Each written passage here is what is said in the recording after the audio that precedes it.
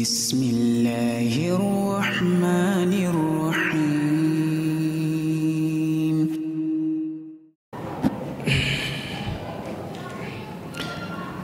السلام عليكم ورحمة الله وبركاته.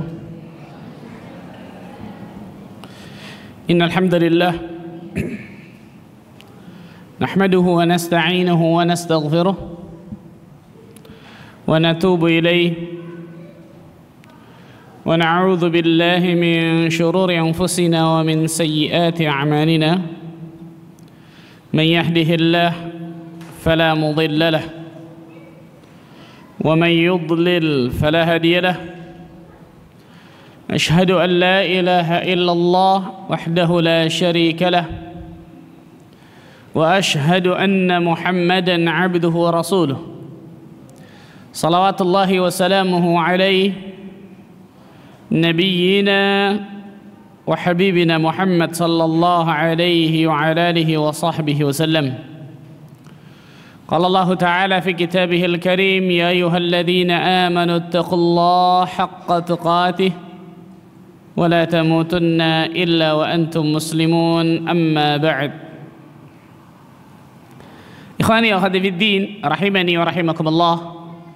Saudara-saudariku sekalian, yang semoga Allah tabaraka wa taala selalu memberikan keberkahan dalam kehidupannya. Alhamdulillah, kita bersyukur kepada Allah tabaraka wa taala atas segala limpahan karunia dan nikmat yang Allah berikan kepada kita semua, sehingga pada kesempatan yang berbahagia ini Allah tabaraka wa taala masih terus melimpahkan berbagai macam nikmat dan karunia-Nya kepada diri kita semua, sehingga kita dapat duduk hadir di tempat terbaik di atas muka bumi ini, yaitu fi baitin min buyutillah, di salah satu rumah di rumah-rumah Allah Azza wa Jalla ini. Tidak lain tidak bukan untuk meningkatkan keimanan kita, meningkatkan ketakwaan kita kepada Allah Jalla wa Ala, duduk di majelis ilmu ini, dan semoga Allah tabaraka wa taala selalu berikan ilmu yang bermanfaat kepada kita semua, ikhwan. Allahumma amin. Salat dan salam semoga tercurah kepada Rasulina al-Karim, Nabi kita Muhammad sallallahu alaihi wasallam, Nabi akhir zaman, Nabi yang telah membawa kita dari zaman kejahiliahan, dari zaman kebodohan, dari zaman keterasingan akan ilmu, menuju zaman yang terang benderang akan ilmu syar'i, itu zaman as-sunnah. Ma'asyarul muslimin wal muslimat, rahimani wa rahimakumullah. Melanjutkan mabahas kita, kajian kita tentang kitab Al-Bahr Ar-Ra'iq fi Az-Zuhdi wal Raqa'iq, kitab tentang tazkiyatun nufus, kitab tentang penyucian jiwa, pembersihan hati, karya dari Syekh Dr. Ahmad Farid hafizahullah taala. Hari ini insyaallah taala kita akan bahas sesuatu yang sangat luar biasa pentingnya bagi setiap muslim dan muslimah, yaitu tentang masalah al-qalbu, hati. Rasul sallallahu alaihi wasallam bersabda dalam hadis yang sahih yang diriwayatkan Imam Bukhari Muslim, ala wa inna fil jasadi mudghah, ketahuilah dalam tubuh manusia ada satu gumpal daging, idza salahat salahal jasadu kulluh, apabila segumpal daging itu baik akan menjadikan seluruh tubuhnya itu baik, wa idza fasadat fasadal jasadu kulluh, apabila segumpal daging itu buruk akan menjadikan seluruh tubuhnya itu buruk. Ala wahiyal qalbu, segumpal daging itu adalah al-qalbu. Apa al-qalbu? Hati atau jantung? Wah, ada khilaf masya Allah ini di kalangan para hati apa jantung? Jantung. Dalam bahasa Arab, liver itu kabidun. Di mana liveran kita? Belah kanan, perut bawah, bagian perut bawah, betul ya? Rasulullah sallallahu alaihi wasallam ketika menyebutkan tentang taqwa, at-taqwa hahuna, at-taqwa hahuna, at-taqwa hahuna, wa yushiru ila sadrihi 3 marrat. Ketakwaan itu di sini, ketakwaan itu di sini, ketakwaan itu di sini, sambil menunjuk kepada dadanya 3 kali. Berarti jantung atau liver? Jantung. Tetapi dari bahasa Indonesia kata-kata hati itu kalbu ini bisa bermakna macam-macam nih, itu ya. Bisa bermakna liver, bisa bermakna juga apa? Jantung. Contohnya ini, al-qalbu biasa diartikan apa? Hati, tapi hati pasti menunjuk orang kemana? Ke dadanya, bukan ke perutnya. Bukan liver maksudnya. Ini pendapat yang lebih rajin insyaallah. Ketika hati manusia itu baik, jantung manusia itu baik, akan menjadikan seluruh tubuhnya itu baik. Ketika hati manusia itu buruk, akan menjadikan seluruh tubuhnya itu buruk. Ini luar biasa bagaimana pentingnya satu organ ini, kawan. Satu organ ini luar biasa, masya Allah. Karena itu menjadi kewajiban bagi setiap muslim dan muslimah untuk melihat bagaimana kondisi hatinya setiap saat, setiap waktu. Para sahabat Nabi radhiyallahu anhum jami'an, ketika mereka bertemu, salah satu pertanyaan mereka kepada satu dengan yang lainnya, kaifa imanukal yaum? Kaifa qalbukal yaum? Bagaimana keadaan imanmu hari ini? Bagaimana keadaan hatimu hari ini? Allahu akbar. Kalau kita ketemu biasa nanya kabar, betul ya? Keluarga, sahabat ternyata beda, masya Allah. Bukan hanya nanya kabar, itu nanya betul. Tapi salah satu yang ditanyakan, bagaimana keadaan imanmu hari ini? Bagaimana keadaan hatimu hari ini? Karena bisa jadi iman saudara kita, hati saudara kita sedang turun, futur. Kita bisa meningkatkan iman nih, kita bisa naikkan. Atau bisa jadi hati dan iman kita yang sedang apa? Drop, sehingga saudara kita bisa menaikkan tersebut. Allahu akbar. Maka ikhwatul iman rahimani wa rahimakumullah, pada kesempatan yang berbahagia ini insyaallah taala kita akan membahas tentang pembagian hati. Ada berapa jenis hati manusia, ikhwan? Karena hati manusia ini unik. Hati manusia ini berubah-ubah. Hati manusia ini labil luar biasa. Hati manusia terkadang sangat lembut, terkadang sangat keras.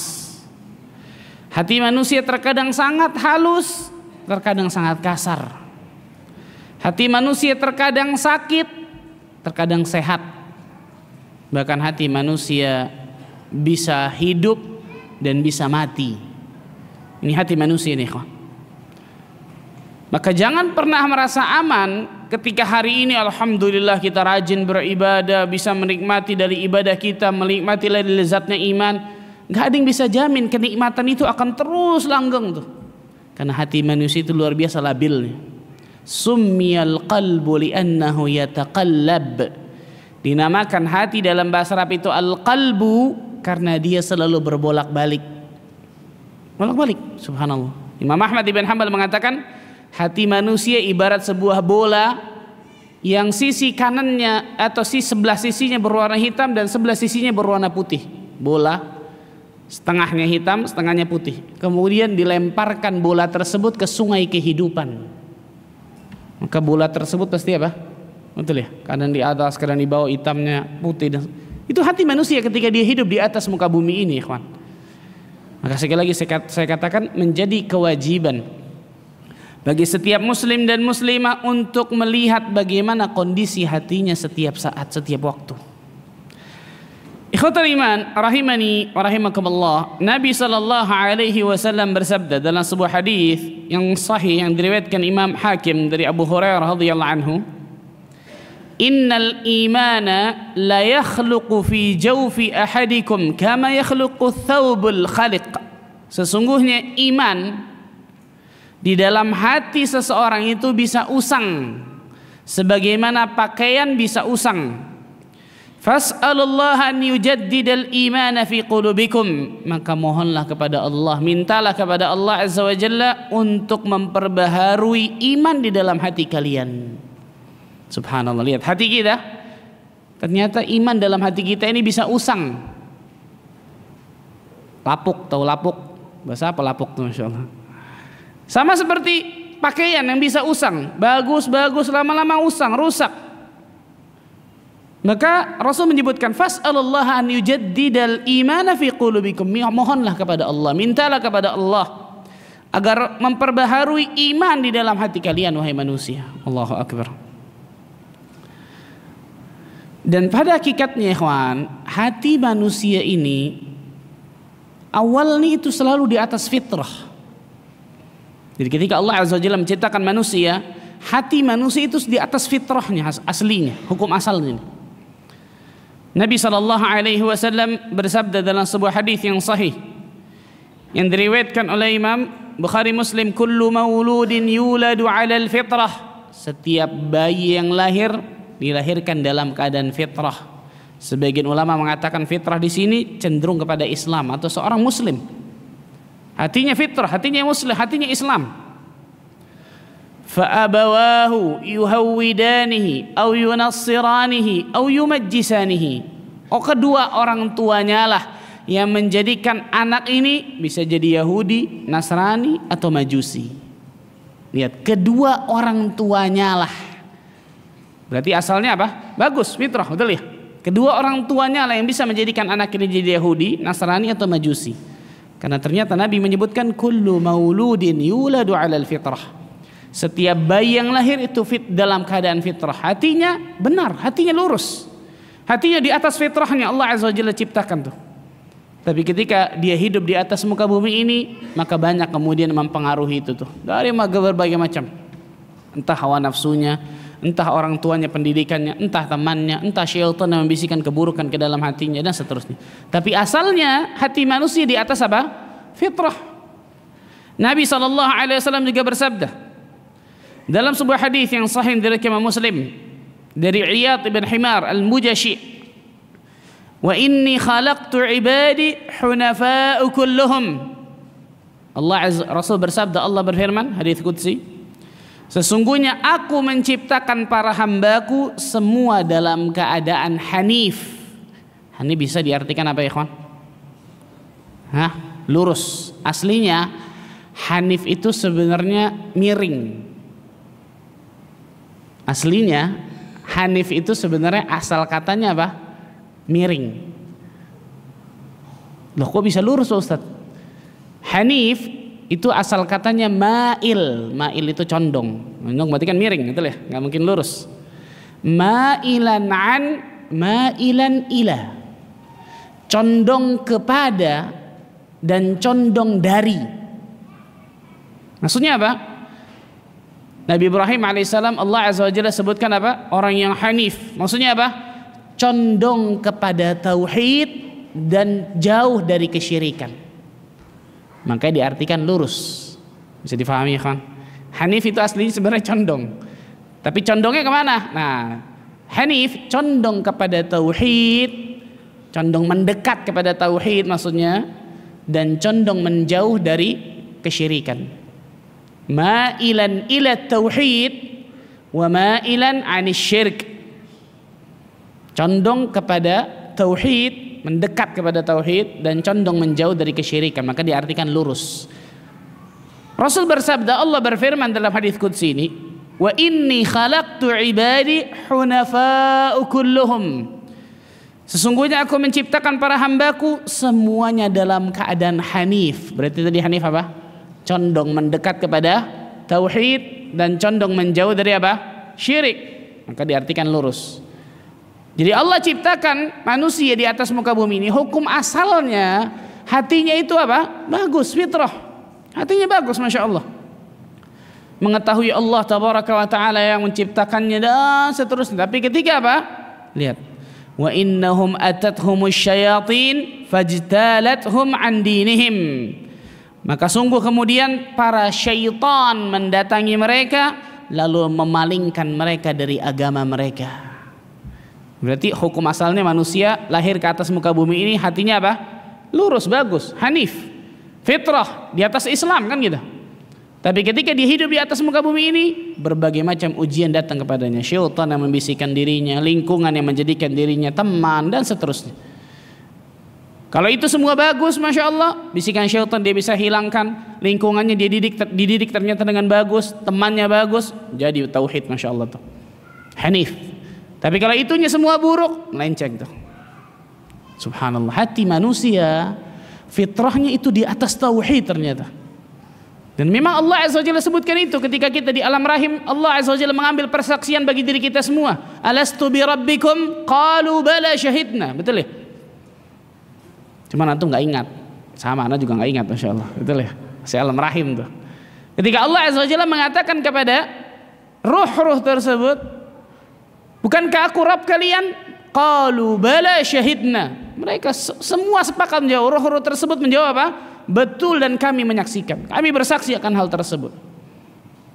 Lihat, sehingga ketika mereka lahir masih dalam keadaan fitrah.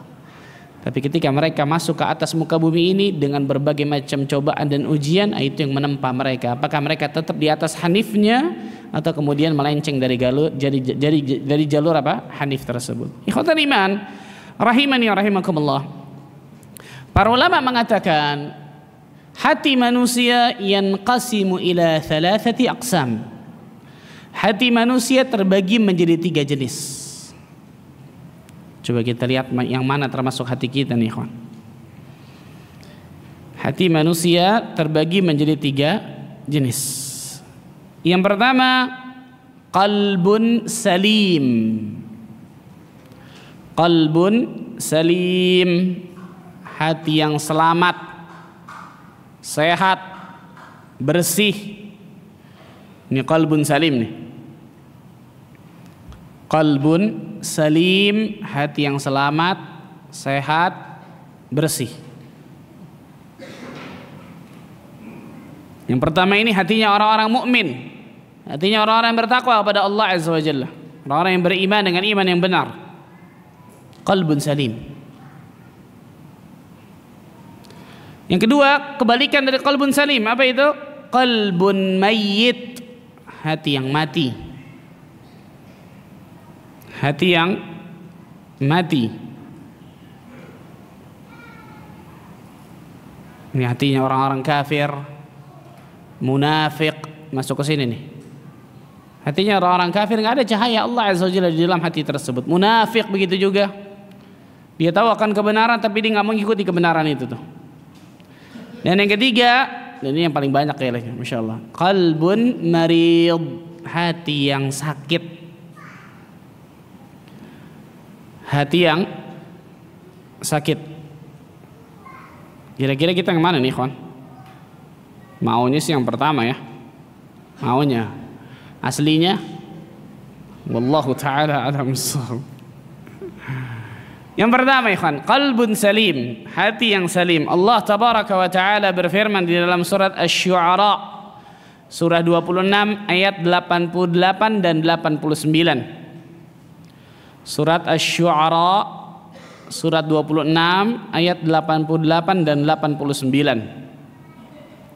Allah Azza wa Jalla berfirman, "Yauma la yanfa'u malun wala banun illa man atallaha biqalbin salim." Pada hari ketika harta dan anak tidak bermanfaat. Kapan itu? Yaumul qiyamah, hari kiamat. Harta yang kita kumpulkan sebanyak-banyaknya, anak yang kita miliki sebanyak-banyaknya, nggak bisa berikan manfaat kepada diri kita sama sekali. Illa, kecuali, ada pengecualian di situ, ada istithnayat. Illa man atallaha biqalbin salim, kecuali orang itu datang kepada Allah dengan qalbun salim, hati yang selamat, sehat, bersih. Lihat, perhatikan ayat ini baik-baik, ikhwan. Renungi baik-baik ayat ini, kata para ulama. Tidak ada hati yang kedua, tidak ada hati yang ketiga, tidak ada hati yang keempat, dan tidak ada hati yang selanjutnya. Hanya satu jenis hati saja yang Allah tabaraka wa ta'ala akan selamatkan nanti di hari kiamat. Cuma satu. Pertanyaan besar yang wajib kita temukan jawabannya di atas muka bumi ini. Apakah Allah tabaraka wa ta'ala telah berikan ke dalam hati kita qalbun salim? Atau ternyata kita nggak termasuk golongan hamba-hamba Allah yang qalbun salim ini? Itu pertanyaan yang wajib kita temukan jawabannya di atas muka bumi ini. Dan nanti insyaallah ta'ala kita akan bahas tentang tanda-tanda tuh. Orang-orang yang qalbun salim, tanda-tandanya 1, 2, 3, 4 dan seterusnya. Apakah tanda-tanda ini ada bagi diri kita atau tidak? Di sekitar 15 tanda tuh. 15 tanda dari apa? Tanda-tanda qalbun salim. Ini kenikmatan besar. Cuma satu jenis hati saja.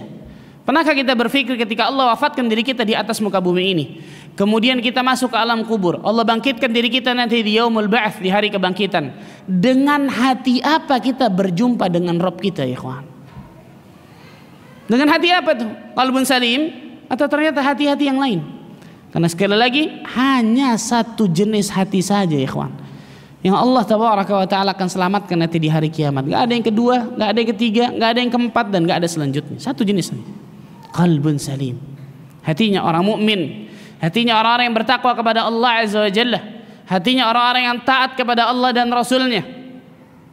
Para ulama menyebutkan qalbun salim, makna yang pertama, hati yang selamat. Apa maksudnya hati yang selamat? Disebutkan oleh para ulama, makna pertama, salamatu minasyirki wasyak. Selamat dari berbagai macam kesyirikan dan keraguan. Ini definisi yang pertama, maksud pertama dari qalbun salim.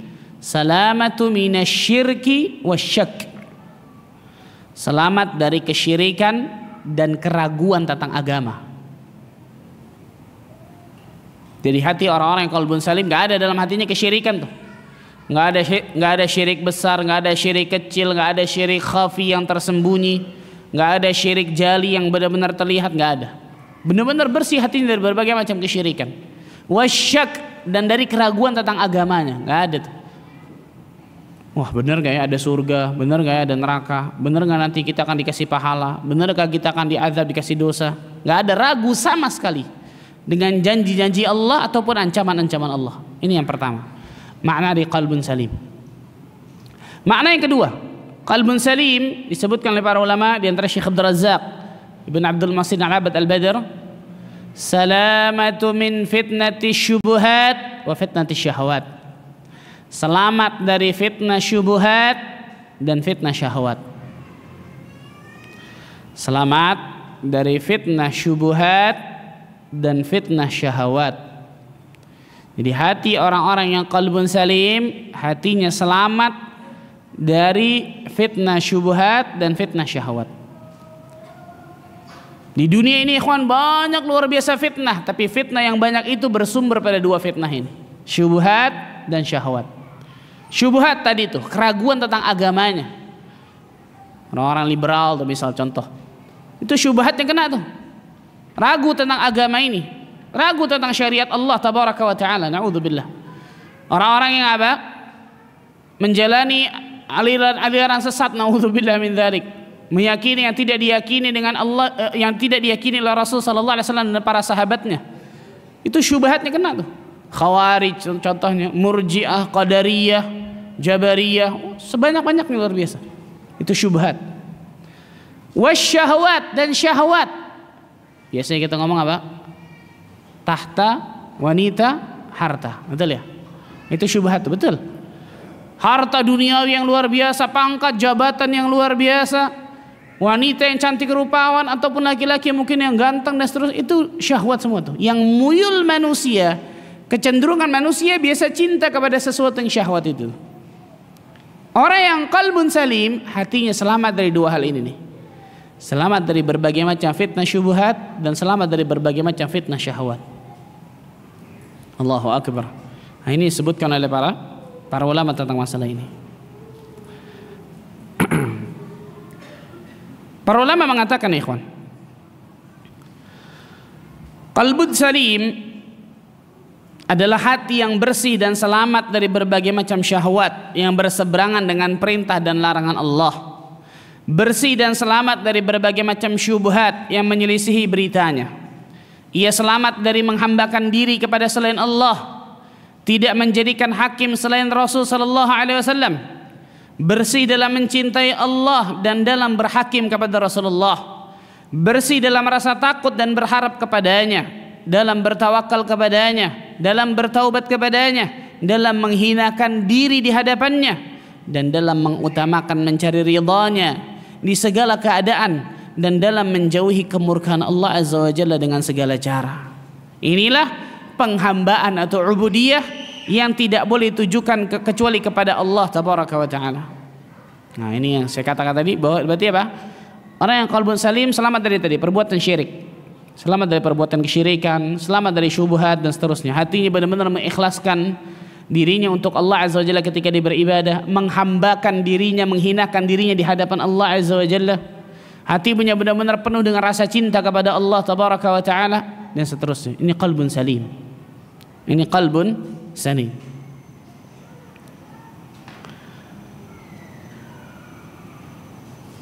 Yang kedua, hati yang mati, qalbun mayyit, wa huwa al-qalbu alladhi la hayata fihi. Na'udzubillah min dzalik. Hati yang kedua adalah hati yang mati, yaitu hati yang kosong dari kehidupan. La hayata fihi, hati yang kosong dari kehidupan. Jadi nggak ada kehidupan dalam hati orang itu. Fahuwa la ya'rifu rabbahu, dia tidak mengenal Rabbnya. Hati yang kosong dari kehidupan, dia tidak mengenal Rabbnya. Wala ya'buduhu bi amrihi wala bima yuhibbuhu wa yardah, apalagi beribadah kepadanya, apalagi beribadah kepadanya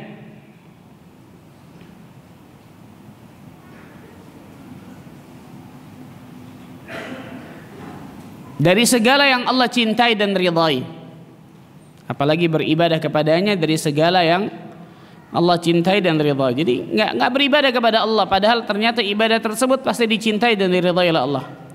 Bal huwa waqifun ma'a syahwatihi wa ladzatihi, maka dia selalu mengutamakan syahwat buruknya, hawa nafsu buruknya. A'udzubillah.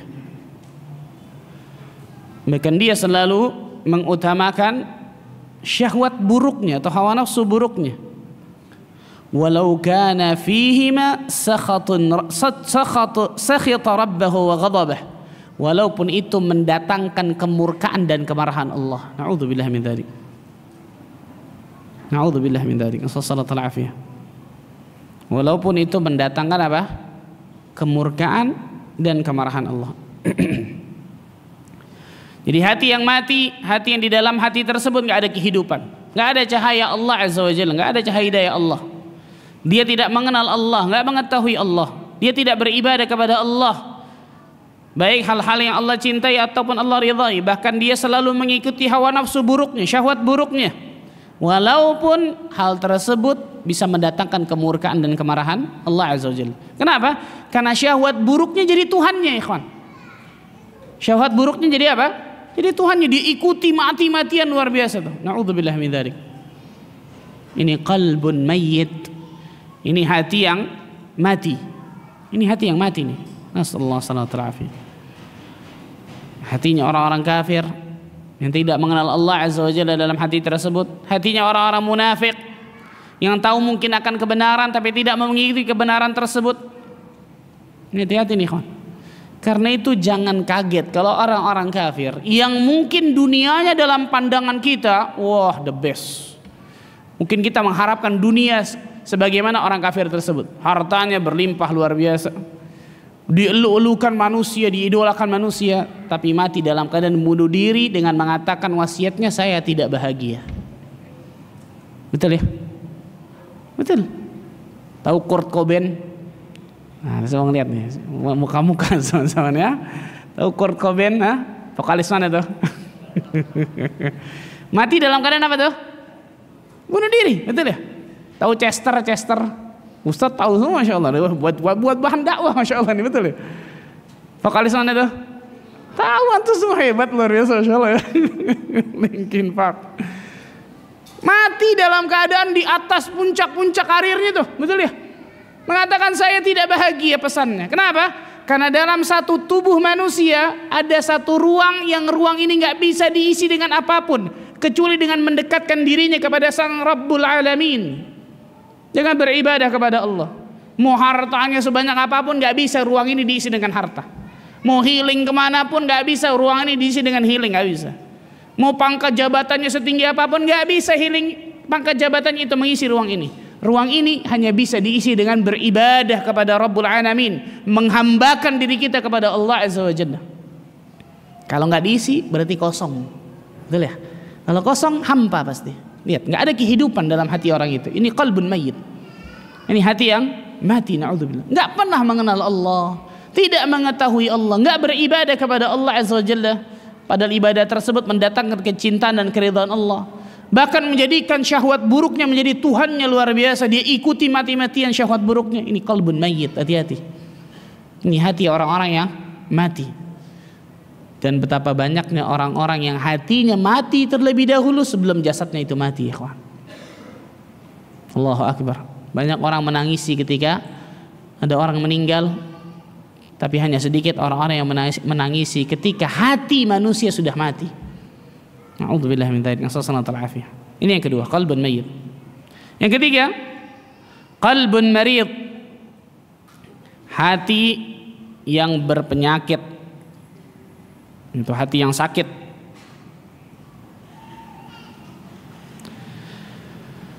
Hati yang memiliki dua unsur yang saling tarik menarik. Nah, ini menarik nih, kawan. Hati yang memiliki dua unsur yang saling tarik menarik.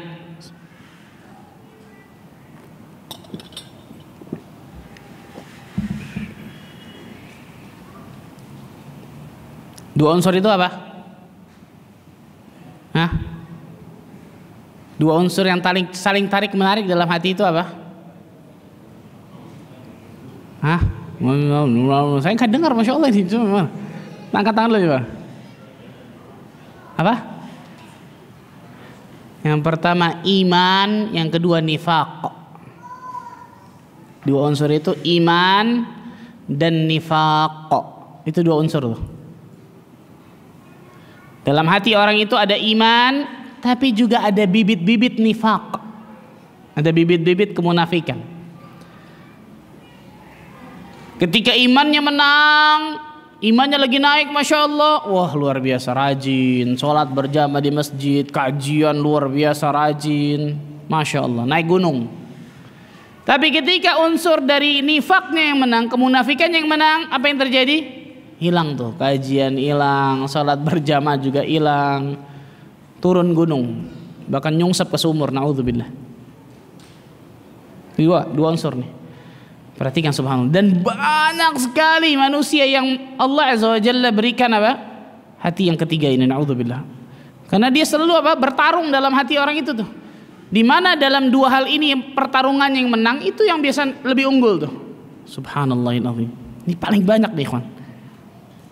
Ada rasa cinta kepada Allah dalam hatinya, tapi ada juga rasa cinta kepada syahwat buruknya dalam hati orang ini. Terkadang ketika rasa cintanya kepada Allah menang, masya Allah luar biasa naik. Tapi terkadang ketika cintanya kepada syahwat buruknya yang menang, kalah tuh cintanya kepada Allah. Terus seperti itu. Ini qalbun mayyit. Ini qalbun marid. Ini hati yang berpenyakit. Ini hati yang sakit. Allahu Akbar. Allahu Akbar. Jadi ada iman, ada nifaq. Ada cinta, ada juga nafsu yang buruk di dalamnya, subhanallah.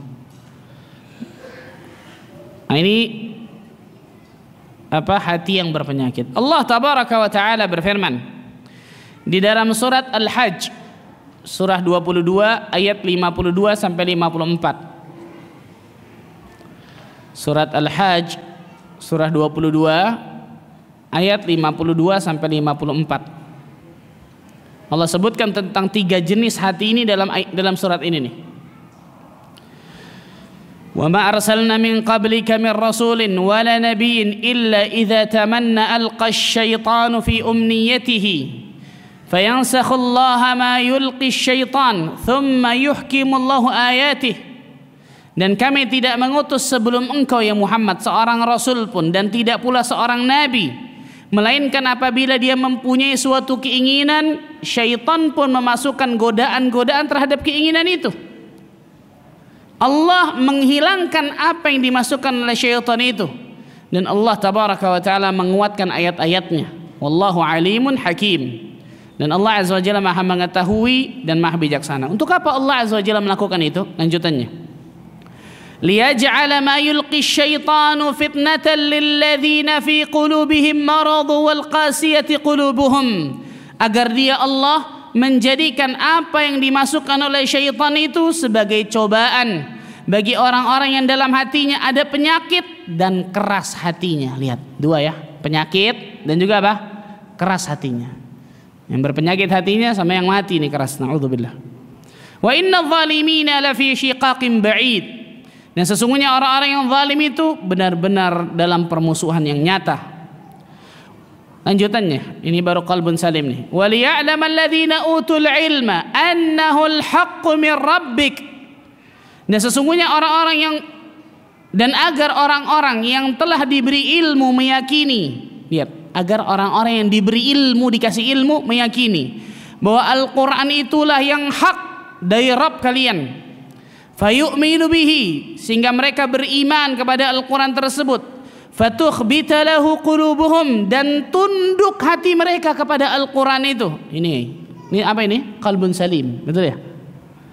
Wa innallaha lahadil ladzina amanu ila siratim mustaqim. Dan sesungguhnya Allah Azza wa Jalla Maha pemberi petunjuk bagi orang-orang yang beriman kepada jalan yang lurus. Lihat, Allah Azza wa Jalla dalam ayat ini membagi hati manusia ada 3 macam, ada 3 jenis.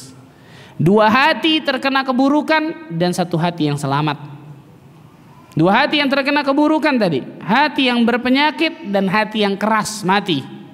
Sedangkan hati yang selamat, hatinya orang-orang mukmin yang merendahkan dirinya, merendahkan hatinya di hadapan Allah, merasa tenang, nikmat, berserah diri kepada Allah dengan taat dan beribadah kepada Allah tabaraka wa taala. 3 jenis hati manusia. 3 jenis hati manusia. Walaupun sebagian ulama di antara Hudzaifah ibn al-Yaman membagi hati itu menjadi 4, tapi pada hakikatnya sama. Hudzaifah ibn al-Yaman menambahkan ada qalbun manqus, hati yang terbalik. Ini hatinya orang munafik, kata Hudzaifah ibn al-Yaman. Kenapa hatinya terbalik? Karena dia tahu akan kebenaran tapi dia tidak mau mengikuti kebenaran itu. Dia tahu akan kebenaran, orang munafik tahu. Contoh Abdullah bin Ubay bin Salul ketika zaman Nabi SAW, tahu Rasul SAW benar loh, bukan nggak tahu, tahu. Ternyata dia masuk Islam hanya untuk apa? Merasa aman, supaya aman di kota Madinah dan merusak Islam dari dalam. Na'udzubillah. Hatinya benci akan agama Allah dan Rasul. Hatinya kufur kepada Allah dan Rasul. Munafik nih, tahu kebenaran tapi tidak mau mengikuti kebenaran tersebut. Na'udzubillah min dzalik. Nah, ini beberapa jenis hati yang disebutkan oleh para ulama tentang masalah hal ini. Ikhwatal iman rahimani wa rahimakumullah.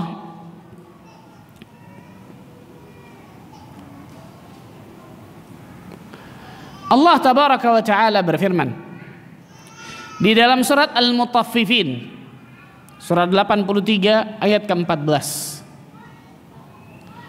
Surat Al-Mutaffifin, surat 83 ayat ke-14. Kalla bal rana ala qulubihim ma kanu yaksibun. Sekali-kali tidak demikian, kata Allah. Bahkan perbuatan-perbuatan yang mereka lakukan menjadikan hati mereka tertutup. Bayangkan, ada ran, ada gembok, ada kunci yang mengunci mati hati mereka. Allah sebutkan di sini, sekali-kali tidak. Bahkan dari perbuatan-perbuatan mereka itu tuh, hati mereka terkunci mati. Dalam hadis yang sahih yang diriwayatkan oleh Imam Muslim, Rasul sallallahu alaihi wasallam bersabda dari Abu Hurairah radhiyallahu anhu, "Innal mu'min idza aznaba kanat nuktatun sauda fi qalbihi." Sesungguhnya seorang mukmin ketika dia berbuat dosa, maka akan dititikkan titik hitam dalam hatinya. Dan titik ini, ikhwan, bukan seperti antum ambil spidol kemudian titikkan di papan tulis, bukan. Tapi titik hitam ini membenam masuk ke dalam hati manusia. Dari mana tahunya? Lanjutan hadisnya. Fa in taba wa naza'a wastaghfara suqila qalbuh. Kalau dia bertaubat kepada Allah, memohon ampun, istighfar, kemudian apa? Kalau dia bertaubat kepada Allah, meninggalkan perbuatan dosa itu, kemudian memohon ampunan, suqila qalbuh. Suqil dalam bahasa Arab itu artinya mencongkel. Jadi kalau orang itu berbuat dosa nih, akan dititikkan titik hitam dalam hatinya, dan titik hitam itu membenam.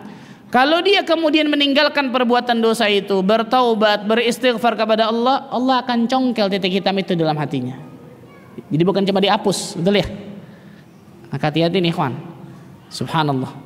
Fa in zada zadat. Tapi kalau dia berbuat dosa lagi, maka akan ditambah lagi titik hitam tuh. Maka hati-hati nih ikhwan, kita hidup di atas muka bumi ini, nggak mungkin nggak dikasih nikmat, nggak mungkin nggak dikasih ujian, nggak mungkin nggak berbuat dosa. 3 nih, betul ya? Tapi bagaimana sikap kita ketika 3 hal ini kita dapatkan? Ketika dapatkan nikmat, bersyukur atau enggak? Kalau dia nggak bersyukur, nggak akan pernah dapatkan kebahagiaan di akhirat. Ketika didapatkan ujian, cobaan, musibah, bersabar atau tidak? Kalau dia nggak bersabar, tidak akan pernah dapatkan kebahagiaan dunia akhirat. Ketika dia berbuat dosa dan kesalahan, istighfar, taubat kepada Allah atau tidak? Atau ternyata meneruskan dosa selanjutnya, dan dosa selanjutnya, nggak akan pernah dapatkan kebahagiaan dunia akhirat, ikhwan. Perhatikan nih, Rasul menyebutkan fa in zadat. Kalau dia melakukan dosa lagi, ditambah lagi titik hitam, ditambah lagi titik hitam. Salah dalam bersikap. Betul ya? Harusnya ketika dia berbuat dosa apa? Berhenti, istighfar, taubat, tinggalkan itu semua, berazam, bertekad kuat untuk tidak mengulanginya, dan seterusnya. Ternyata dia tambah perbuatan dosa lagi, dia tambah. Hati-hati nih, syaitan sering bisikan di kepala kita nih. Sudah tanggung, sudah. Gak ada dosa tanggung, gak ada ikhwan. Gak ada dosa tanggung tuh gak ada. Tinggalkan kan gitu. Tinggalkan, subhanallah. Karena syaitan pasti bisikan di kepala kita tuh macam-macam luar biasa. Karena dosa-dosa itu pasti akan memberikan pengaruh bagi hati kita, ikhwan. Pasti, tidak mungkin tidak. Rasul sebutkan ini.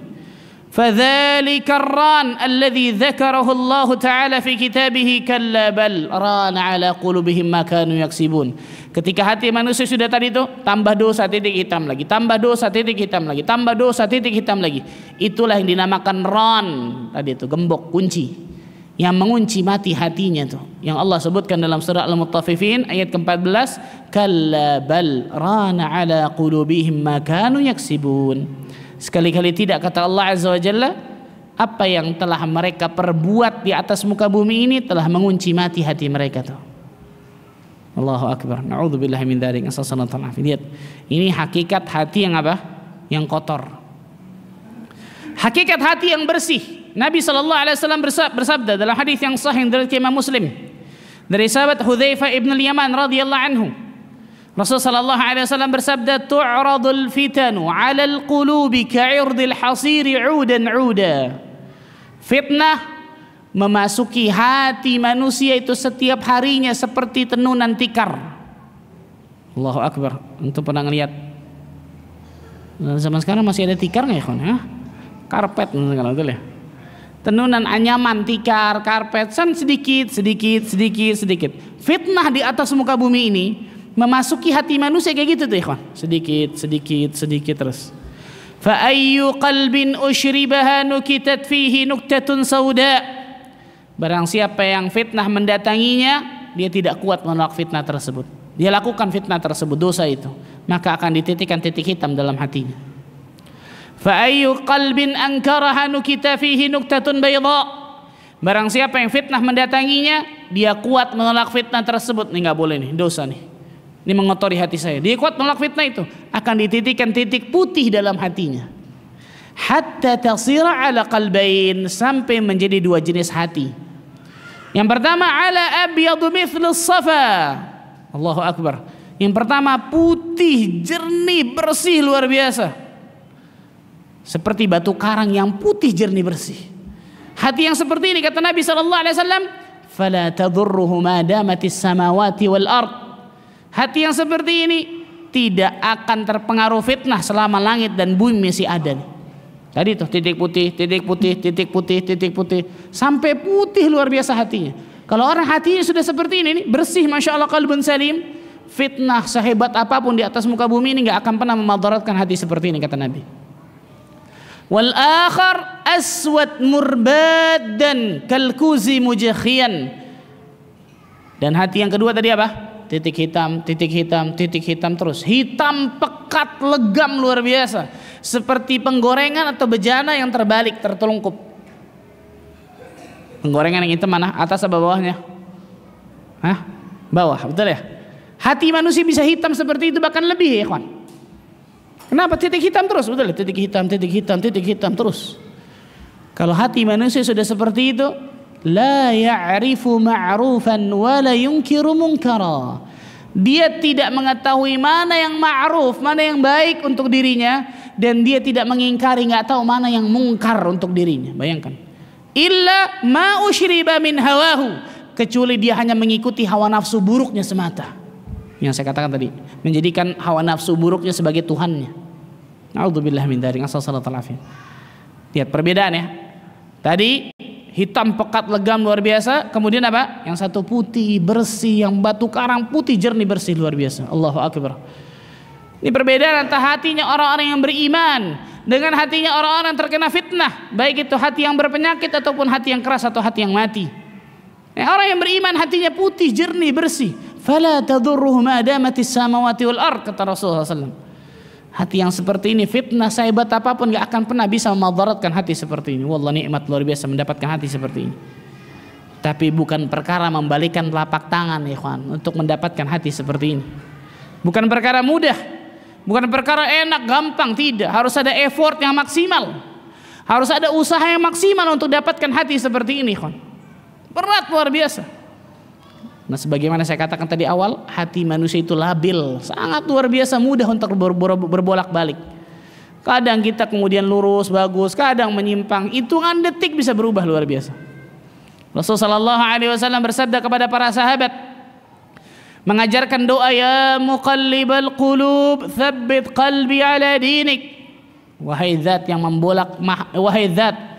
yang membolak-balikan hati manusia, tetapkan hatiku di atas agamamu. Anas bin Malik bertanya kepada Nabi SAW, ya Rasulullah SAW, apakah engkau masih takut kepada kami padahal kami telah mengikuti agama Allah?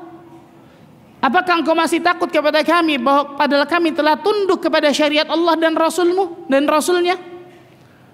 Apa kata Nabi SAW? Naam, inna quluba bani Adam baina usbu'aini min asabi'ir rahman. Betul, naam. Karena hati anak Adam itu berada di antara jari jemari Allah tabaraka wa ta'ala. Yuqallibu kaifa yasha. Allah membolak-balikan kemanapun yang Allah kehendaki. Allahu akbar. Allah membolak-balikan kemanapun yang Allah kehendaki. Pernahkah kita berpikir ikhwan, kalau Allah Azza wa Jalla membolak-balikan, ternyata membolak-balikannya kepada keburukan. Na'udzubillah min dzalik. Inna quluba bani Adam, bayangkan sesungguhnya hati anak Adam semuanya nih, baina usbu'aini min asabi'ir rahman, di antara jari jemari Allah tabaraka wa taala. Allahu akbar. Syekh Salih Sindi ketika menjelaskan hadis ini sampai luar biasa menangis.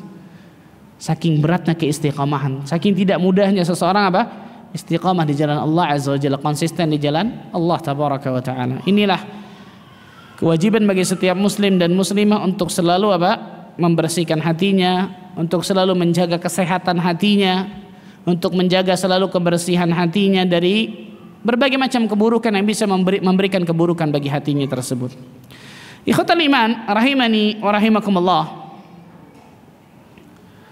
Al-Imam Ibn Al-Qayyim Al-Jauziyah rahimahullahu taala berkata dalam kitabnya Ighatsatul Lahafan, menjaga kesehatan hati itu sama dengan menjaga kesehatan badan. Nah, ini menarik nih kawan. Menjaga kesehatan hati itu sama dengan menjaga kesehatan badan. Ibnu Qayyim ini ulama dan dokter juga, masya Allah. Allah berikan keberkahan luar biasa pada umurnya. Umur hanya 60 tahun lebih sedikit. Tapi ilmunya sangat luar biasa luas dan dalamnya, dan juga punya ilmu kedokteran. Ada satu di kitab Zadul Ma'ad, satu jilid khusus tentang At-Tibbun Nabawi. At-Tibbun Nabawi, pengobatan Nabi SAW. Luar biasa. Kalau antum baca kaget-kaget tuh. Hebatnya Ibnu Qayyim dalam menjelaskan tentang masalah hal tersebut tuh, kesehatan. Nah, beliau salah satunya ini nih, menganalogikan kalau ingin jaga kesehatan hati sama persis seperti jaga kesehatan badan. Ada 3. Yang pertama kata Imam Ibnu Qayyim Al-Jauziyah, hifdzul quwwah, jaga kekuatan dan stamina hati. Jaga kekuatan dan stamina hati.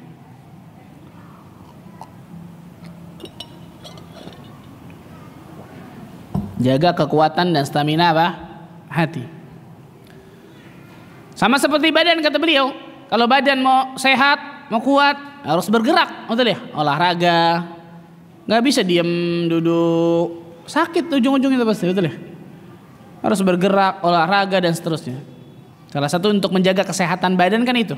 Nah sekarang menjaga kesehatan atau menjaga kekuatan dan stamina hati itu dengan apa? Kan itu pertanyaannya. Beliau mengatakan al-amalus salih, dengan amal saleh. Karena amal saleh pasti memberikan kekuatan dan stamina bagi hati yang luar biasa. Booster yang sangat luar biasa itu. Amal saleh. Amal saleh apapun. Yang amal saleh tersebut dilakukan dengan ikhlas dan ittiba'ur rasul. Sholatkah itu, puasakah itu, baca Al-Quran kah itu, duduk di kajian ilmu kah itu, apapun itu. Ini yang pertama. Yang kedua,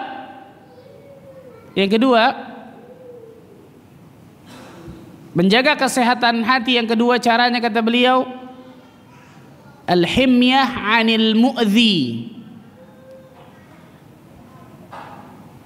menjauhkan dari hal-hal yang bisa merusak hati. Menjauhkan dari hal-hal yang bisa merusak hati. Yani jangan pernah memasukkan dalam hati kita unsur-unsur yang berbahaya yang bisa merusak hati kita. Sebagaimana badan. Kalau badan kita ingin sehat, ya jangan makan dan minum yang macam-macam, betul ya? Maka dalam Islam segala makanan dan minuman yang madaratnya lebih besar daripada manfaatnya diharamkan dalam Islam. Karena salah satunya pasti memberikan kemadaratan bagi apa? Bagi badan. Nah kalau hati tidak memasukkan unsur yang berbahaya tadi, apa maksudnya? Jangan melakukan kemaksiatan dan dosa. Karena kemaksiatan dan dosa pasti memberikan apa? Keburukan yang sangat luar biasa, efek yang luar biasa negatif bagi hati seseorang. Ini yang kedua, al-himyah 'anil mu'dhi. Menjaga dari hal-hal yang bisa merusak hati. Dosa dan maksiat. Yang ketiga, istifraghul mawaddil fasidah. Membersihkan sumber penyakit. Membersihkan sumber penyakit. Kalau seseorang misal sakit, dikasih obat, kasih antibiotik untuk membersihkan apa? Sumber penyakit. Sumber penyakit apa nih? Bakteri, virus atau apa? Sumbernya dibersihkan, selesai penyakitnya. Ada tumor, ada apa? Operasi misal, atau apa? Minum herbal, minum apapun itu, membersihkan sumber penyakit itu tuh. Nah kalau hati membersihkan sumber penyakitnya dengan apa? Al-istighfar wa taubah. Dengan istighfar dan taubat kepada Allah. Itu menghilangkan, membersihkan penyakit-penyakit yang sudah terlanjur masuk ke dalam hati itu. Caranya dengan istighfar dan taubat tuh. Tadi itu suqila qalbuh, akan dicongkel lagi tuh, dibersihkan lagi oleh Allah Azza wa Jalla noda-noda hitam yang sudah menempel, sudah masuk ke dalam hati seseorang dengan istighfar dan taubat kepada Allah. Ini 3 cara yang disebutkan oleh Imam Ibnu Qayyim Al-Jauziyah rahimahullahu taala agar kita mendapatkan kesehatan apa? Kesehatan hati, kebeningan hati. Dan disinilah pentingnya seorang muslim dan muslimah untuk melakukan ini, ikhwan. Dan yang terakhir, ikhwan, hadis yang sahih yang diriwayatkan oleh Imam Muslim, ketika Rasul sallallahu alaihi wasallam sedang duduk-duduk dengan para sahabat di Masjid Nabawi, tiba-tiba Nabi sallallahu alaihi wasallam mengatakan, yatlu alaikumul an rajulun min ahlil jannah, akan masuk sebentar lagi laki-laki penghuni surga. Bahkan dalam riwayat lain Rasul menunjuk pintunya, akan masuk dari pintu ini laki-laki penghuni surga. Masuklah seorang ansar, seorang laki-laki ansar, tamtifu lihiyatuhu min wudu'ihi, yang jenggotnya itu menetes air wudunya. Qad ta'allaqa na'alain, yang membawa 2 sendalnya di tangannya. Kemudian masuk ke Masjid Nabawi, salat, jalan. Udah gitu aja. Falamma kana al-ghad, ketika keesokan harinya Rasul ngomong lagi, yatlu alaikumul an rajulun min ahlil jannah, akan masuk sebentar lagi laki-laki penghuni surga. Dia lagi. 2 kali nih. Persis dilakukan. Masuk, sholat, jalan. Hari ketiganya, falamma kana al-ghad. Ketika hari ketiganya, di sini diriwayatkan oleh Anas bin Malik nih. Ayatlu alaikumul an rajulun min ahlil jannah. Akan masuk sebentar lagi laki-laki penghuni surga. Dia lagi 3 kali, bayangkan. Ini masih di dunia loh, bayangkan. Dan kita tahu bersama Rasul sallallahu alaihi wasallam berbicara bukan atas dasar hawa nafsu, tapi atas dasar wahyu ilahi yang Allah wahyukan kepadanya. Ketika hari ketiga, Abdullah bin Amr bin As penasaran. Ketika orang tersebut keluar, diikuti oleh Abdullah bin Amr bin As. Kemudian mengatakan, ya fulan, aku ada sedikit masalah sama ayahku. Boleh nggak aku nginep 3 hari di rumahmu? Mau ngapain? Hah? Mau tahu amalannya apa nih? Kok bisa Rasul sallallahu alaihi wasallam sampai ngomong surga, surga, surga 3 kali? Bayangkan, luar biasa. Ini hebatnya para sahabat nih, ikhwan. Fastabiqul khairat. Berlomba-lombanya masalah ini. Bukan berlomba-lombanya apa? Jamnya keren, mobilnya bagus, rumahnya mewah. Nggak ada itu para sahabat seperti itu, ikhwan. Nggak ada itu. Itu bukan level sahabat tuh. Sahabat ini surga luar biasa. Gimana cara dapat surga nih orang? 3 hari nginep di situ. Apa kata Abdullah bin Amr bin As? Ketika malam hari dia tidak sholat malam, kecuali hanya membolak-balikan badannya ketika dekat subuh. Kemudian beliau apa? Orang tersebut duduk, kemudian istighfar, kemudian tasbih, sedikit zikir, tidur lagi sampai subuh. Berarti apa? Abdullah bin Amr bin As sholat tadi, betul ya? Karena dia tahu. Kalau kita kan nggak tahu, betul ya? Kenapa? Tidur sampai subuh. Ini apa yang istimewa, subhanallah? Sampai 3 hari nggak ada sesuatu yang istimewa. Kecuali aku selalu melihat dia mengatakan perkataan-perkataan yang baik.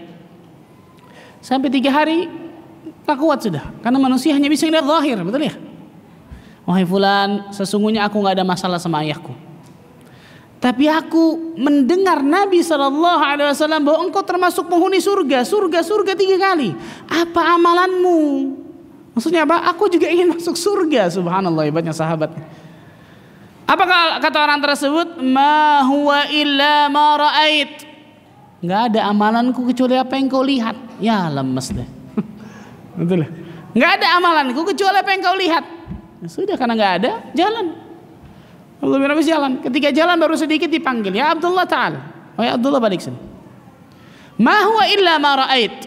Amalanku tidak ada kecuali apa yang kau lihat. Ghaira anni la ajidu fi nafsi minal muslimina ghishan wa la ahsudu minal muslimina illa a'tahu Allahu iyyah.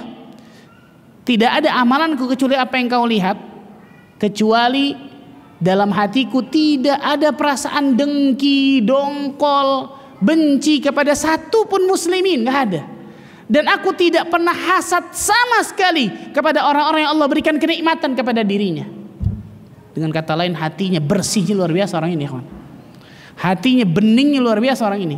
Ini modal berharga untuk bisa dapatkan apa? Surga Allah tabaraka wa ta'ala. Qalbun salim. Hati yang salim, kawan. Lihat diri kita masing-masing. Tetangga baru punya mobil baru, jelek. Apa ini, subhanallah, betul ya? Teman baru punya apa? Sesuatu masalah dunia baru, nggak bisa tidur. Apa ini? La haula wala quwata illa billah. Saudara baru pindah rumah baru, bagus, masya Allah. Sombong banget loh. Urusan apa coba itu, subhanallah. Jangan antum katakan nggak ada nih, nggak ada. Syekhul Islam mengatakan apa? Ma khala jasad min hasad. Nggak ada jasad manusia yang lepas dari hasad. Maksudnya apa?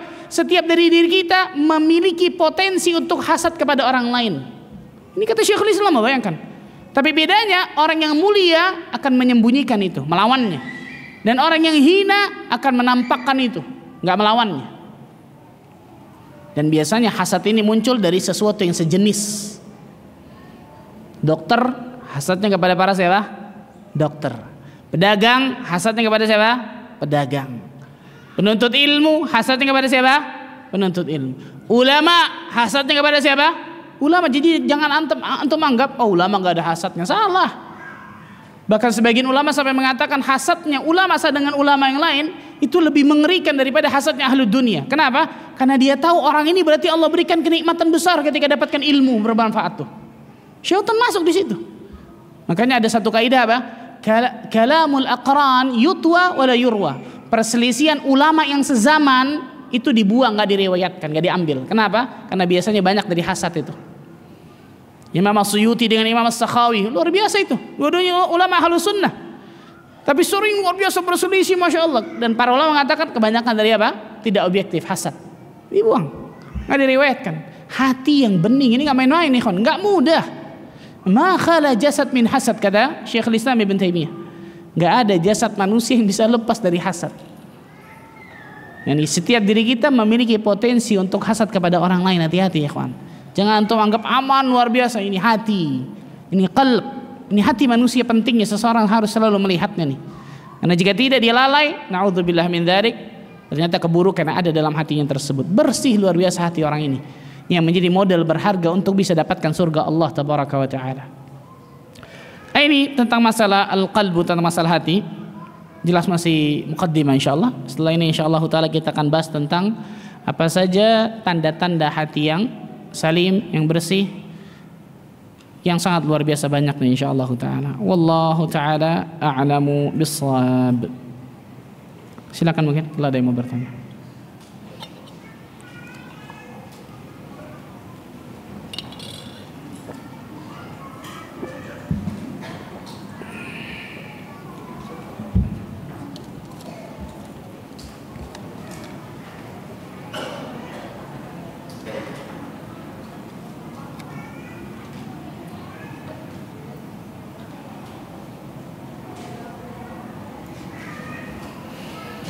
Aduh, ini harus effort yang maksimal untuk bacanya. Bismillah, afwan Ustaz, mohon pencerahannya bila hati manusia sudah terlanjur mati. Apa nih? Kepada apa yang terus saya nggak bisa baca nih subhanallah. Intinya pokoknya bila hati manusia itu mati, apakah kemudian bisa hidup kembali dan Allah Azza wa Jalla akan berikan qalbun salim? Naam. Hati manusia yang sudah mati, apakah kemudian bisa dapatkan qalbun salim? Jawabannya bisa. Berapa banyak orang-orang kafir Allah berikan hidayah masuk ke dalam Islam. Berapa banyak orang-orang musyrikin Quraisy dapat hidayah Islam, betul ya? Bahkan dulunya membenci Islam luar biasa. Contoh Amr bin As radhiyallahu anhu. Wah, itu luar biasa membenci Islamnya tuh. Luar biasa membenci Islamnya. Tapi ketika masuk ke dalam Islam menjadi panglima perang yang luar biasa tuh. Fatihum Misr, penakluk apa negara Mesir. Amr bin As dengan kecerdasan yang luar biasa. Allah bukakan hati untuk dapatkan hidayah Islam. Jadi kalau jawabannya bisa, jelas jawabannya bisa. Jelas jawabannya apa? Bisa. Tapi hidayah Allah tabaraka wa taala yang Allah berikan kepada orang-orang yang terpilih. Enggak semua orang. Enggak semua manusia. Maka bersyukurlah kepada Allah tabaraka wa ta'ala dengan banyak syukur ya ikhwan. Ketika Allah tabaraka wa ta'ala berikan kepada diri kita kenikmatan di atas Islam dan di atas sunnah Nabi sallallahu alaihi wasallam. Allah, ini kenikmatan besar yang wajib kita syukuri. Ternyata banyak orang-orang yang melalaikan kenikmatan ini. Coba antum bayangkan, dari miliaran manusia Allah pilih diri kita untuk dapatkan hidayah Islam. Dari miliaran manusia Allah pilih diri kita untuk dapatkan hidayah di atas sunnah Nabi sallallahu alaihi wasallam. Berarti terlepas dari dua tuh, kesyirikan dan kebid'ahan, betul ya? Dari miliaran manusia Allah pilih diri kita untuk nuntut ilmu luar biasa. Berapa banyak orang di luar sana untuk kepikir duduk nuntut ilmu seperti ini aja nggak sama sekali. Dari miliaran manusia Allah pilih diri kita untuk beramal saleh, mengamalkan ilmu yang sudah kita ketahui. Dari miliaran manusia Allah pilih diri kita untuk istiqamah di jalan Allah Azza wa Jalla. Kemudian ketika Allah pilih diri kita, kita campakkan begitu saja. Apakah ini orang yang bersyukur kepada Allah? Kalla, thumma kalla. Orang yang bersyukur kepada Allah dia akan pegang itu luar biasa. Kenikmatan di atas Islam, di atas sunnah Nabi sallallahu alaihi wasallam, kenikmatan istiqamah. Karena dia tidak tahu sama sekali apakah ketika dia melepaskan nikmat tersebut, apakah dia bisa mendapatkannya lagi atau tidak. Contohnya ini, qalbun mayyit. Hati yang mati Allah pilih itu ikhwan. Dan itu hak Allah tabaraka wa taala. Dzalika fadlullah yu'tihi man yasha. Itulah fadl karunia yang Allah azza wa jalla berikan kepada orang-orang yang Allah kehendaki, kepada orang-orang yang terpilih. Bukan karena kekuatan kita, fisik kita, bukan karena ketampanan atau kecantikan kita, enggak. Bukan karena kekayaan kita Allah pilih, tidak. Bukan karena kerajaan kita atau pangkat jabatan kita, tidak sama sekali. Harusnya kalau hidayah itu selaras dengan kerajaan Fir'aun Allah kasih itu harusnya. Tapi nggak dapat tuh, betul ya? Harusnya kalau hidayah itu selaras dengan kecerdasan Abu Jahal Allah kasih itu. Abu Jahal pintarnya luar biasa, dipanggil Abul Hakam, betul ya? Bapak yang bijaksana luar biasa. Karena masalah Quraisy selesai di tangan dia semua. Nggak main-main, yang masalah Quraisy lah ini. Yang kalau salah sedikit perang. Selesai di tangan Abul Hakam. Tapi ketika Rasul sallallahu alaihi wasallam mendakwahkannya nggak mau masuk Islam. Padahal dia tahu ini kebenaran. Maka Rasul sallallahu alaihi wasallam menyuruh kita untuk memanggilnya Abu Jahal, bapak kebodohan. Bapak kebodohan kayak kebagusan, bapak kegoblokan gitu. Saking bodohnya luar biasa. Dia tahu ini benar, bukan nggak tahu loh. Dia tahu dia tahu kalau dia tidak beriman kepada Nabi sallallahu alaihi wasallam neraka tuh. Betul ya? Neraka selamanya, naudzubillah min dzalik. Bapak kebodohan persis. Jadi hidayah yang Allah kasih itu nggak selaras dengan kecerdasan, kekayaan, ketampanan, kekuatan, kerajaan, pangkat jabatan, tidak. Tapi itu adalah karunia yang Allah pilih kepada orang-orang yang Allah kehendaki. Maka bersyukurlah kepada Allah Azza wa Jalla ketika Allah berikan kepada diri kita nikmat-nikmat itu, ikhwan, nikmat Islam, nikmat di atas sunnah Nabi sallallahu alaihi wasallam, nikmat bersemangat menuntut ilmu seperti ini, nikmat mengamalkan ilmu yang telah kita ketahui, nikmat istiqamah di atas sunnah Nabi sallallahu alaihi wasallam. Itu kenikmatan luar biasa, dan kenikmatan paling besar nanti di dunia ketika Allah Azza wa Jalla wafatkan kita dalam keadaan husnul khatimah. Itu nikmat yang luar biasa besarnya itu. A'zamun ni'mah kata para ulama. Nikmat terbesar di muka bumi ini ketika Allah wafatkan kita dalam keadaan husnul khatimah. Karena kedepannya akan jauh lebih mudah, betul ya? Kalau dia husnul khatimah, kedepannya akan jauh lebih mudah tuh. Alam kuburnya dan seterusnya. Dan ini sekali lagi adalah orang-orang yang terpilih yang Allah berikan. Jadi jawabannya bisa. Tapi cahaya hidayah Allah Azza wa Jalla yang bisa menembus hati orang-orang seperti ini, kawan. Dan jangan gambling, betul ya? Wah, kali aja Allah kasih hidayah sama saya. Kan orang sini, orang sama saya gitu ya. Hidayah belum datang nih, nggak mungkin hidayah nggak datang, nggak mungkin. Sinyal-sinyal hidayah yang Allah kasih itu banyak, tinggal kita mau menyambutnya apa enggak. Salah di situ. Kalau dunia aja kita cari dari pagi sampai malam, kok hidayah nggak kita cari? Kok akhirat nggak kita cari, kan gitu? Ini ngeles ala apa nih, subhanallah. Salah ini semua. Kewajiban kita untuk mencari, menuntut hidayah tersebut, mencari hidayah tersebut sampai kita diwafatkan oleh Allah Azza wa Jalla, ya ikhwan. Wallahu a'lam bishawab. Yang lain silakan.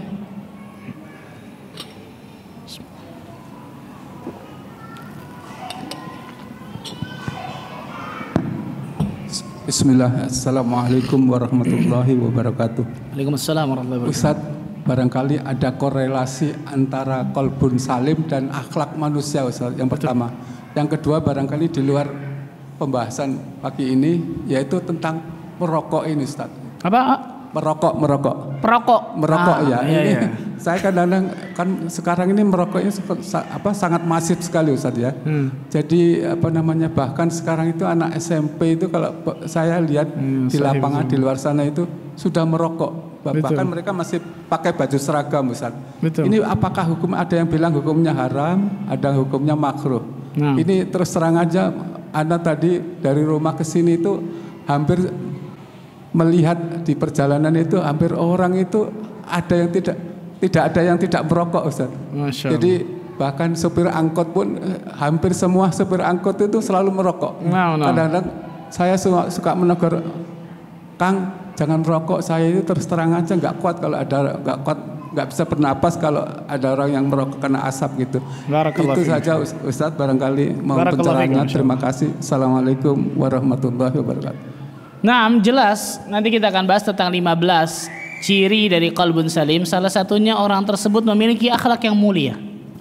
Salah satu ciri qalbun salim dari hati yang bersih, hati yang baik tersebut, insya Allah akan tercermin dengan akhlaknya mulia.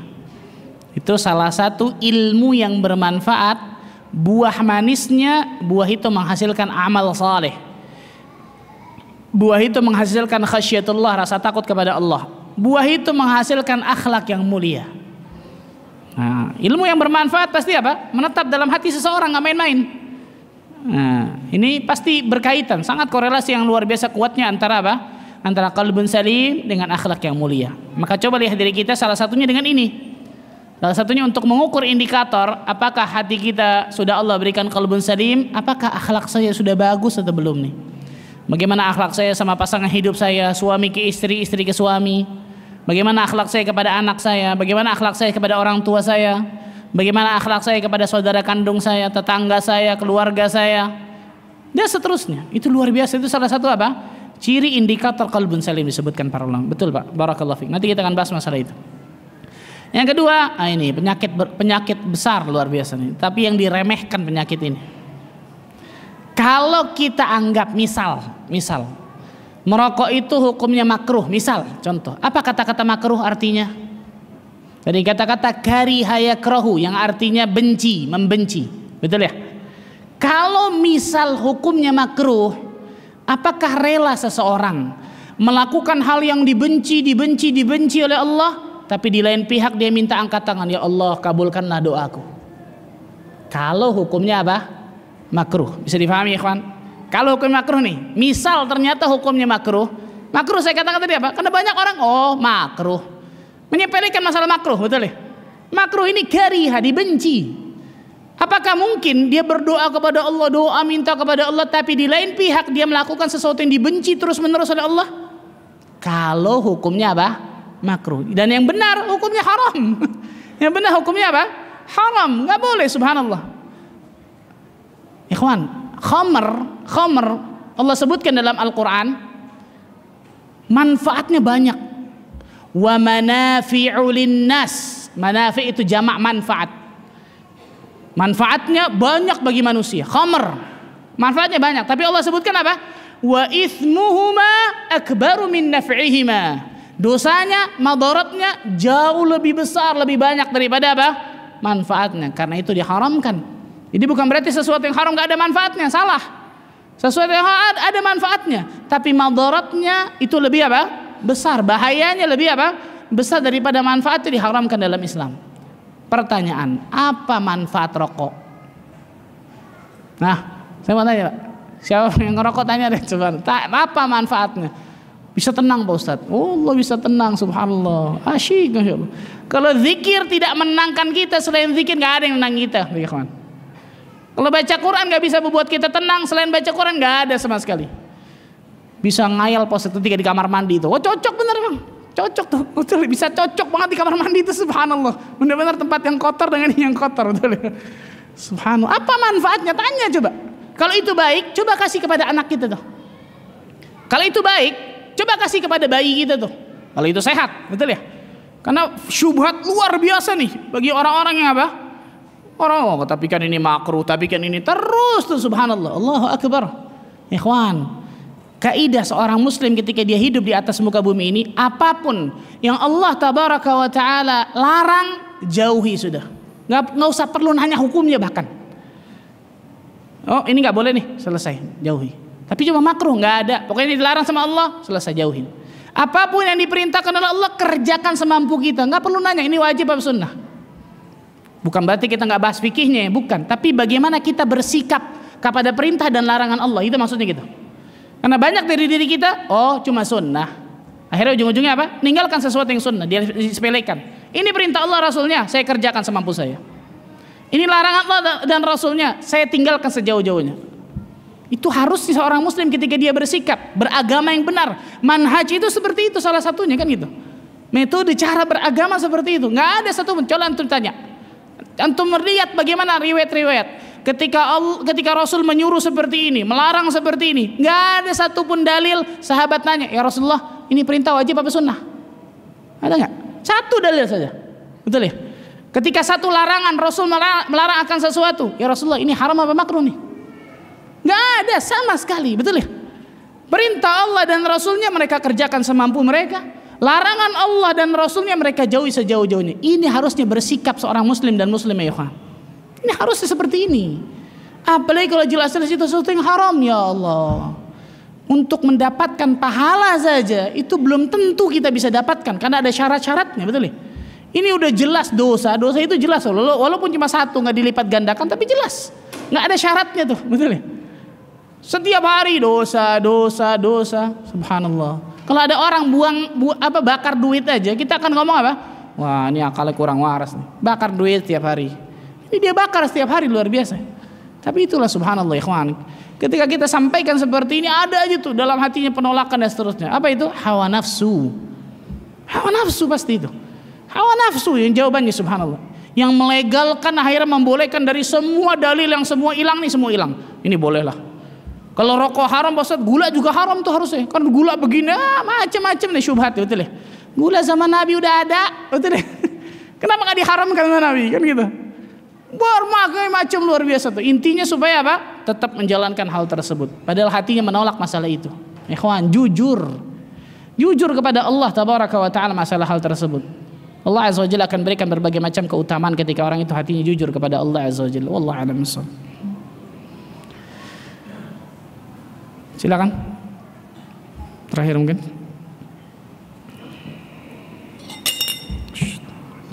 Bismillahirrahmanirrahim. Assalamualaikum warahmatullahi wabarakatuh. Assalamualaikum warahmatullahi wabarakatuh. Mohon nasihatnya Ustadz bagi kami para pemuda yang terkadang mendapatkan hati yang was-was dari syaitan, dari perkara syahwat maupun penyakit hati lainnya. Bagaimana cara bagi kami para pemuda untuk senantiasa teguh di atas iman Al-Quran dan As-Sunnah? Masya Allah, barakallahu fikum. Pertanyaan bagus, Masya Allah. Dan jawabannya 2 jam ini. Siap, Masya Allah ya, duduk lagi. Secara singkat, yang pertama, jangan pernah jauh dari ilmu dan amal. Jangan pernah jauh dari ilmu dan amal. Berarti apa? Selalu duduk majelis ilmu seperti ini, selalu baca-baca kitab-kitab para ulama, berusaha mengamalkan ilmu-ilmu yang setelah dia ketahui sedikit demi sedikit. Jangan pernah jauh dari ilmu dan amal. Ini yang pertama, jelas. Karena dengan ilmu dan amal ini seseorang akan Allah bimbing ke langkah apa? Ke jalan siratal mustaqim. Ini yang pertama, ilmu dan amal. Yang kedua, kata para ulama, jangan pernah jauh dari Al-Quranul Karim. Syekh Muhammad ibn Shalih Al-Utsaimin menyebutkan, satara atharan ajiban.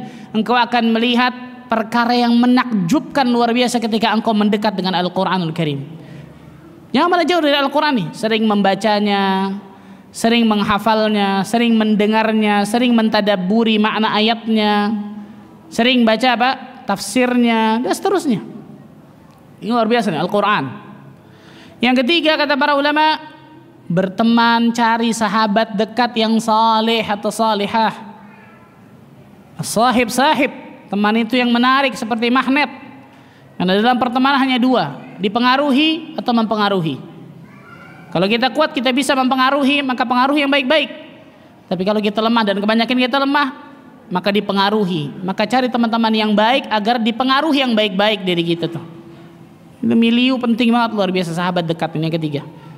Yang keempat, kata para ulama, sering mengingat kematian dan alam setelahnya. Ketika kita ingin melakukan sesuatu nih, ini akan menjadikan kematian saya mudah atau buruk nih, atau sulit nih. Ini berat nggak di siksa kubur saya atau di alam kubur saya nih? Mengundang nikmat kubur atau mengundang azab kubur nih? Ini memberatkan hisab saya di hari akhirat atau meringankan hisab saya nih? Yang keempat nih, mengingat tentang kematian dan alam setelahnya. Kajian-kajian raqaiq, kajian-kajian melembutkan hati, Masya Allah. Salah satunya itu, mengingat kematian dan alam akhirat, subhanallah.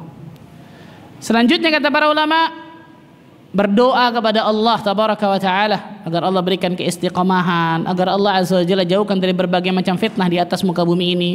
Allahumma inni as'aluka qalban salima, ya Allah anugerahkan kepada diriku qalbun salim, dan seterusnya. Doa kepada Allah. Yang keenam, muhasabah. Sering introspeksi diri kita, sering muhasabah. Yang ketujuh, yang terakhir, sering baca kisah-kisah orang-orang saleh terdahulu. Sering baca kisah-kisah orang-orang saleh terdahulu dari para nabi dan rasul, para sahabat, para tabi'in, orang-orang saleh terdahulu. Baca itu meningkatkan iman kita, Masya Allah, luar biasa tuh. Nah, itu secara singkat agar seseorang bisa istiqamah insyaallah. Semoga Allah tabaraka wa taala jadikan diri kita orang-orang yang selalu istiqamah di jalan Allah azza wa jalla sampai Allah wafatkan diri kita semua dalam keadaan husnul khatimah. Sebagaimana Allah azza wa jalla kumpulkan kita di masjid ini, semoga Allah bisa kumpulkan kita nanti di surga firdaus tanpa hisab dan tanpa azab. Allahumma amin rabbal alamin. Subhanakallah bihamdika asyhadu an la ilaha illa anta astaghfiruka wa atubu ilaik. Wassalamu alaikum warahmatullahi wabarakatuh.